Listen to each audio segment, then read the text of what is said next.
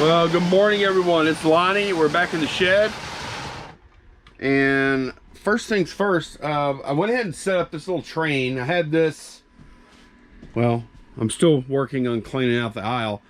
Believe it or not, I made a little progress. I had some stuff right here. I was supposed to be done with this week, but kind of took off for, well, I won't blame it all on that, but I did go out of town Friday for a little bit, played some poker, lost a little, not much, and had fun. So, but anyways, this was in a box. This is like a cheapo Lionel train. I don't know how old it is, but I set it up real quick. It runs fine. I'll probably shoot a quick demo video. It's not, like I said, this train is not worth a bunch, but it's part of clearing out that aisle. And I'm gonna get it listed, so I don't know, maybe 30-40 bucks or something plus shipping, but it works fine. Let's well, let me pick this up after I take a few photos and like a 30-second video of it running. Then I'll pick this up and we'll see what's going out today. Okay, let's look at some orders going out. First of all, I pulled, these are all orders from my third store, the secret store, everything right here. It's a lot of stuff. There's like 3 different buyers that bought all that stuff. And the total comes to $306 for everything there.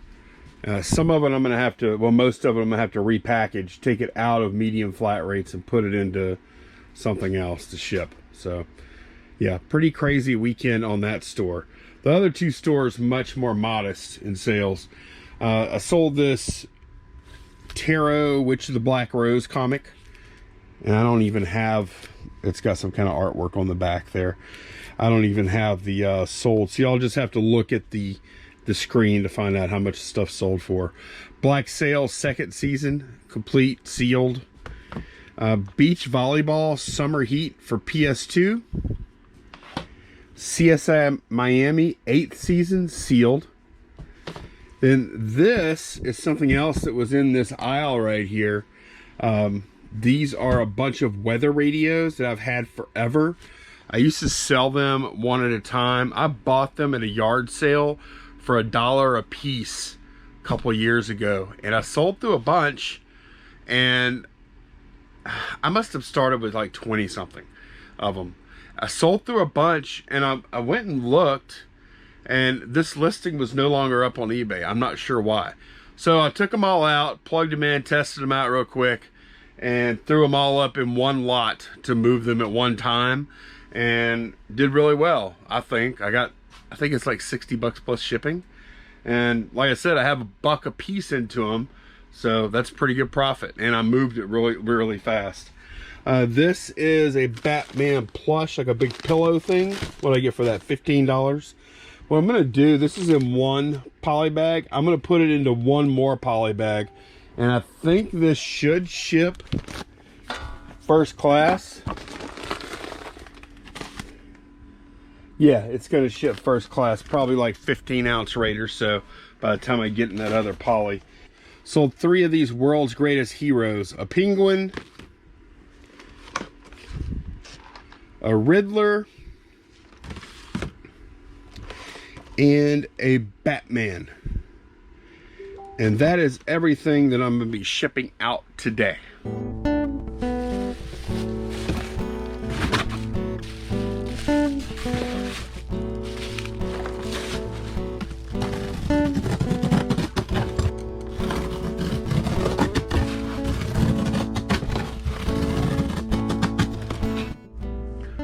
Alright, quick tip when you're resizing, because I freehand all these. I know they make the bigger resizers that have the guide on it to keep it the same level.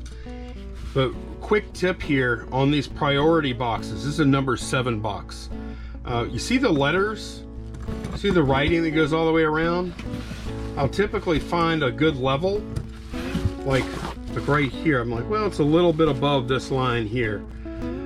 These lettering on each side of the box, they're at the same level. So I basically use that lettering as a guide whenever I resize these. Like, a little bit above there, and then I know just all the way around it's going to be that same height.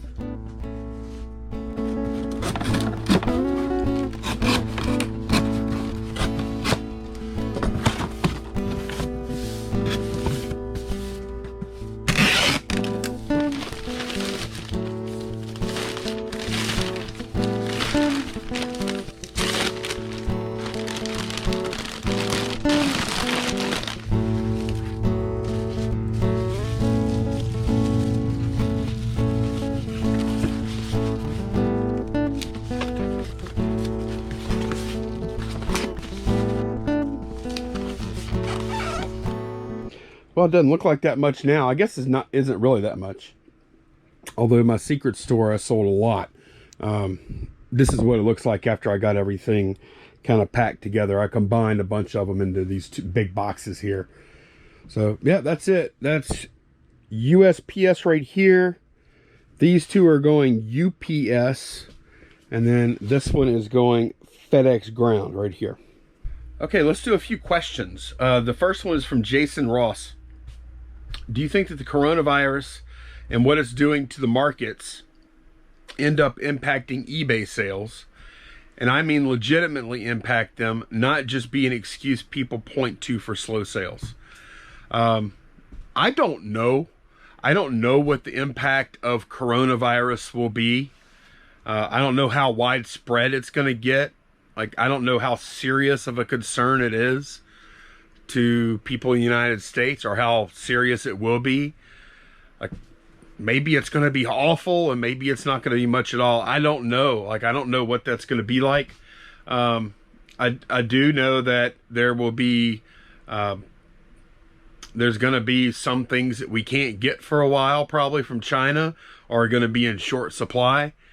I don't buy a whole lot of brand new Chinese goods. Maybe some sellers that do will find that their supply chain is severely limited. Maybe some new things that aren't available because of coronavirus or are in short supply. Maybe they'll go up in price, and maybe they buy used stuff because they can't get the new stuff. I don't know. Like, I have no clue. What do y'all think? What do y'all think the possible ramifications of coronavirus could be for eBay sellers? I haven't really thought that deeply about it, honestly. So it's something to think about. I don't know how much of a direct impact it's going to have, though. I can't. Of course, I'm not very imaginative when it comes to that. There might be something I'm missing here. Okay, here is another Jason Nunya. I guess Nunya. My last name is Nunya Business. But Jason says, as a new eBayer, I am wondering when it is customary for me to leave feedback for buyers. Should I wait until they leave feedback or do it right after they purchase something? Thanks again. Okay, so as a brand new seller, what I would do, you asked, should I wait until they leave feedback? No, I don't think you should wait until they leave feedback. Or do it right after they purchase something? No, I don't think you should do that either. I think you should wait, like, as a brand new seller, I think you should wait a few days until it shows delivered and then leave feedback. And then that way, if they log into their account, they might see, oh, Jason left me feedback for that purchase and I actually have it and I'm happy with it. So I'm going to return the favor and leave feedback for Jason. See, because like if you leave the feedback right after they buy it, then they haven't received it yet. So it won't, like, it might jog their memory, say, oh, I haven't left feedback for that thing, but they don't have the item yet if you leave it right away. And I think it's incumbent on the seller to leave feedback first because the buyer pays first. And then you ship. I think we should leave feedback first in general. Also, once your account is established and you have a lot of feedback, I have two of my three accounts set to just automatically leave feedback. But on that third one, I am doing this, like I'm using this strategy, waiting until they receive the item, then leaving the feedback. I think it might up the feedback percentage a little bit, but I don't have any numbers to prove it. Because, like, it's always going to be a small sample size. Just a theory I have. And finally, last question from Halloween fan Mark. What size was that flat rate envelope that you were stuffing that box with the comics in? So the box with the comics, they're talking about Gemini comic mailers. And then this is what I was stuffing it into. This is a legal flat rate envelope, EP14L. They measure 15 by 9.5. They're paper. I think they are, I'll have to look at eBay, but I think they're $7.45 to ship.